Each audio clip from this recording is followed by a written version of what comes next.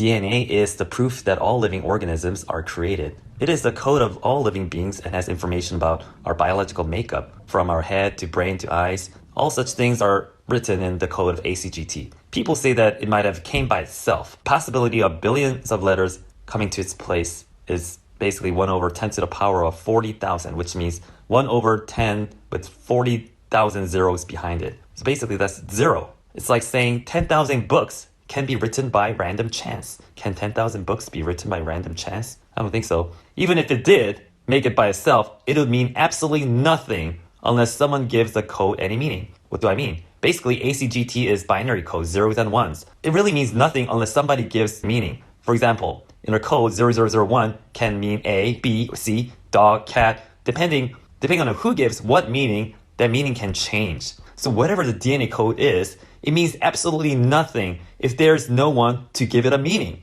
And therefore, you have to have a creator who gives it a meaning. Secondly, somebody who is intelligent enough has to read it and be able to understand it, and who can understand such a long, 2-meter, tiny code of 30 billion letters, length of 10,000 thick books, that you can't even see with your eyes right now. It requires very high technology to be able to even read such small words and understand it and interpret it even to mean what does it do. Nobody has a full understanding of the whole DNA code yet. And nobody can create such a tiny code, untangled, this long code, untangled, untacked, and perfectly preserved in an X and Y formation, which is impossible even to make right now with the current technology. Nobody can make such a thing. And in order to perform what is written in the DNA code, you first need the tools, the strength and power and ability to perform such things. And why would anyone do it? For what reason? Not even knowing what it really means, the whole DNA code. So unless it is God, all things is impossible. Many people say, well, didn't the aliens make human then?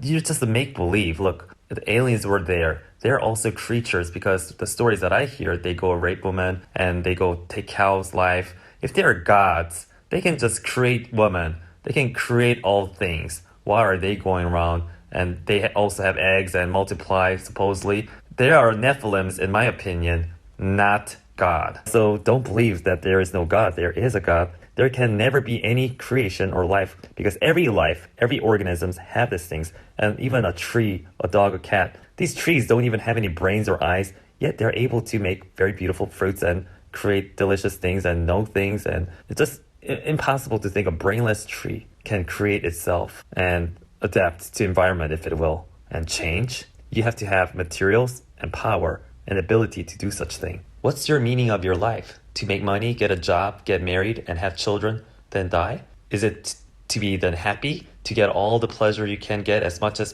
possible, and when you reach it, you just die? Is anyone really happy? I don't think so. They all look struggling to me. Look, there's no meaning of life unless there's a creator who created us with a purpose. And he did create us with a purpose to love him, to get into a relationship with God, and then get into the relationship with people, to love them and to save them. He made us saviors so that we can be light and salt of the world, and to save the people from hell, save the people from sin, and save the people from death, the devils, and to heal the sick and to cast out devils. God made us able. God made us like himself so that we can take care of this world. And everyone has a blueprint of what they must do in their life. Just like sea turtles. When they're born, nobody tells it to go anywhere, yet it starts to go into the ocean. It runs to the ocean without anybody telling it, because it had a program already in its mind. God already told it to go live in the sea. It could have gone into the land, no, but it races to the ocean.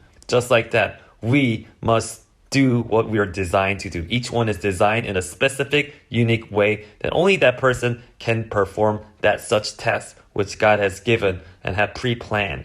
If you do not fulfill this calling, you will not end up in the kingdom of heaven. We must do the will of God. Jesus did not come here to ask us to be converts and believers only. He asked us to specifically go make disciples after Jesus Christ. Go and make disciples who really sold out their lives to follow Jesus Christ. Without it, there is no purpose of your life. There is no reasons for your existence. I know this is very heavy, but you should think about it, because you're not an animal. You're not a dog and cat just lives and eats and dies. You have a purpose to love one another, to love God. And it's very awesome to get into a real relationship, not a religion, but into a real relationship with Jesus Christ, where you hear his voice and you will not hear his voice nor be able to follow him unless you become a disciple. Give up your whole life to follow God. The road to heaven is narrow. It's not the broad and easy path that leads to life. It's a narrow path that one must decide to fully let go of the life and buy the pearl of great price and buy the hidden treasure hidden in the ground.